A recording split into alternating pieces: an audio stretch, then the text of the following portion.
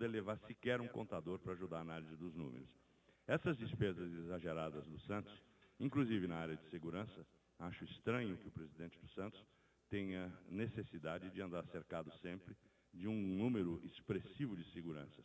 Eu sou candidato a presidente, obviamente desperto amor e rejeição de um lado do eleitorado, estava no camarote do outro lado, caminhei pelas ruas, no meio da torcida adversária, no meio dos militantes da outra chapa, sem nenhum segurança do lado, andando com a cabeça erguida, porque eu não devo nada a ninguém, não tenho nada a esconder. Mas eu acho que o Santos precisa ser passado a limpo.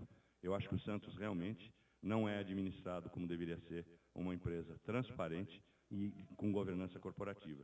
E é isso que fez com que os empresários não aplicassem os seus recursos no Santos da atual administração. O senhor disse que vai acabar com a barriga de aluguel. O que vem ser barriga de aluguel no Santos? Na verdade, não é barriga de aluguel, é chuteira de aluguel.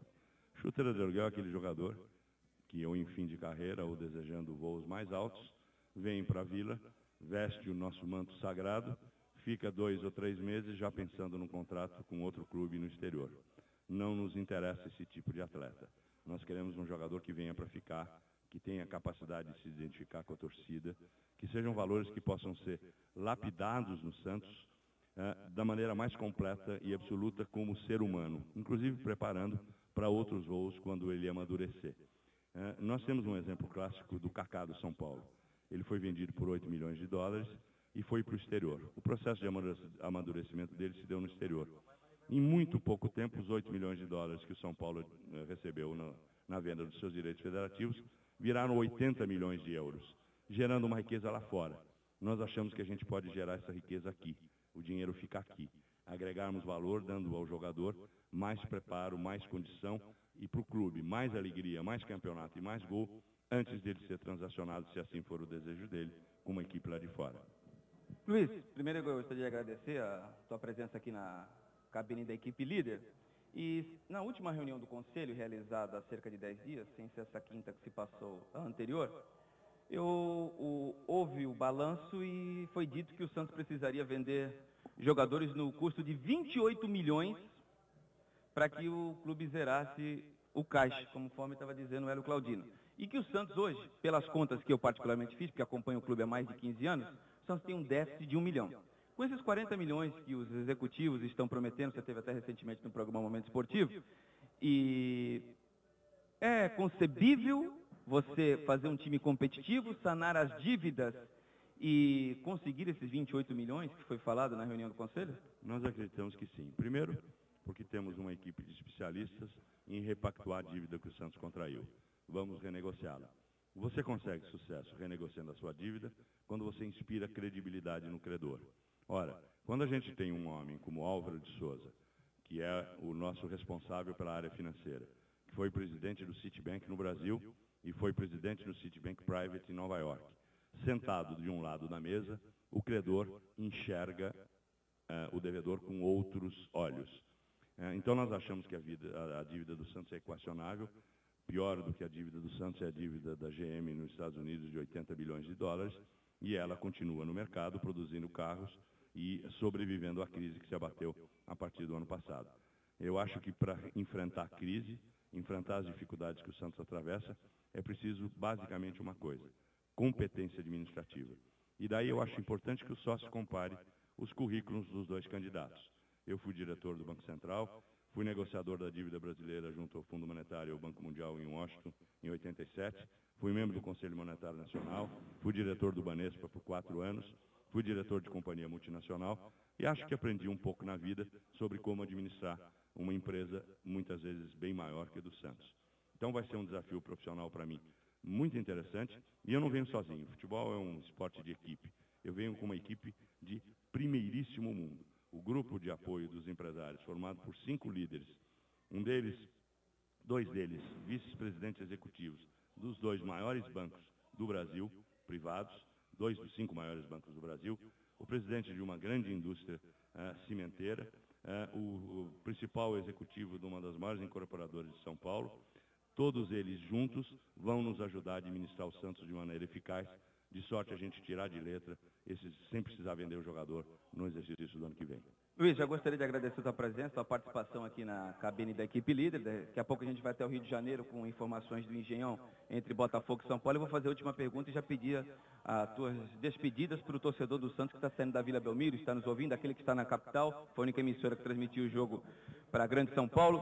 Primeiro, vou fazer 3 em 1. Por que votar no Luiz Álvaro nas eleições de 5 de dezembro? Foi a mesma pergunta que eu fiz ao Eduardo Filete, presidente do Santos, não sei por que razão não tem falado comigo, depois que eu teci algumas críticas contra ele, parece que ele não gostou. Segundo ponto, o Santos vai ter um time competitivo, você ganhando a eleição agora para 2010, é possível, já que planejamento não dá para falar, porque a eleição é dia 5 e em janeiro o Campeonato Paulista já está batendo a porta. Esta é a segunda pergunta. E a terceira pergunta, a chapa situacionista acusa a chapa posicionista, inclusive eu vi um panfleto hoje na Vila dizendo que vocês vão mudar quase que todos os jogos para o Pacaembu, porque o público aqui é pequeno. Efetivamente, em termos de porcentagem, quais seriam a quantidade de jogos em São Paulo e quais seriam a quantidade de jogos na Vila, para a gente acabar logo com esse tabu, esse mistério e a gente saber o que tem de verdade e o que tem de mentira. E obrigado mais uma vez. Vou começar pela última. Obviamente, esse panfleto apócrifo é mais uma manifestação mentirosa e que baixa o nível da campanha. Nunca disse que o Santos deve prioritariamente jogar no Pacaembu. Eu disse que o Santos deve jogar no Pacaembu, mas também em São José do Rio Preto, também em Presidente Prudente, também em São José dos Campos, onde a torcida do Santos é muito presente e o Santos tem que ir onde está o seu admirador. Mas os clássicos regionais em Paulista e Brasileiro, Vila Belmiro? A Vila Belmiro é intocável. E eu, mais do que qualquer um, tenho autoridade para dizer isso, porque foi meu avô, em 1915, quando o presidente do Santos, que comprou o terreno da Vila Belmiro. Então eu tenho uma ligação histórica no meu DNA com esse estádio, que precisa ser reformado, precisa ser melhorado, precisa voltar a ser o alçapão da Vila, que durante tantos anos assustava os nossos adversários. Hoje a Vila Belmiro é um estádio mais clean, e os resultados desse último campeonato demonstram com clareza de que nós só conseguimos pouco mais do que 50% de resultados positivos aqui. A segunda pergunta, em relação ao time. De fato, o nosso objetivo é ter um time competitivo. Os lucros de um clube se medem em gols e em campeonatos, não são em dividendos distribuídos entre os sócios. Mas o princípio é o mesmo. Para você produzir gols e ganhar campeonatos, você precisa ter um elenco competitivo. A razão do investimento que vai se fazer é para armar um Santos competitivo, como ele sempre fez. O tempo é curto, mas nós já estamos trabalhando há mais de um mês, inventariando os jogadores que estarão disponíveis no fim do ano, com uma relação de pelo menos 3 nomes para cada posição. Tão logo publique-se o resultado da eleição, nós vamos atrás. Você quer conversar com alguém, não, Luiz? Com muitos, mas eu acho que eu não é o momento de por revelar. razões éticas. Perfeito. O campeonato está em andamento, nós temos um elenco que está trabalhando e tentando ajudar o Santos. Isso não seria ético da minha parte, eu mais uma vez não quero baixar o nível. Finalmente, a tua primeira pergunta, por que o torcedor, o sócio, deve votar em mim? Eu acho que só deve votar em mim quem acreditar que o Santos pode mais.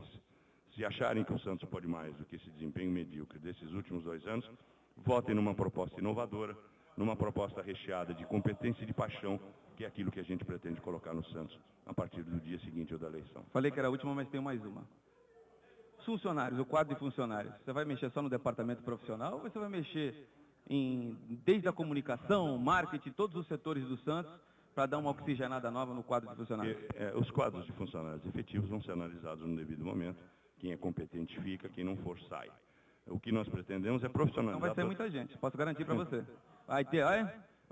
Quem está falando é o Ademir, né, Luiz? Vai sair muita gente daqui, viu? Eu não quero pré-julgar, Ademir, para não cometer indelicadeza e criar insegurança no corpo desses funcionários. Mas nós vamos dar um choque de competência. Quem não for competente tem que ir embora.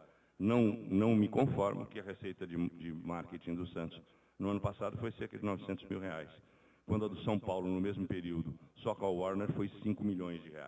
Por que o São Paulo pode mais do que o Santos, se o Santos tem muito mais nome que o São Paulo? Camisa também, 8 milhões e meio, tem time ganhando 20. É impressionante. Nós temos menos da metade do que os outros e certamente temos o maior espaço dado a um anunciante. E o mais feio também, né? E o mais feio. Hoje o Santos é uma pequena visual. Uma pequena referência cultural no meio da nossa sagrada camisa, imaculada camisa do Santos. Isso vai mudar, pode ter certeza, Ademir. Obrigado, Luiz.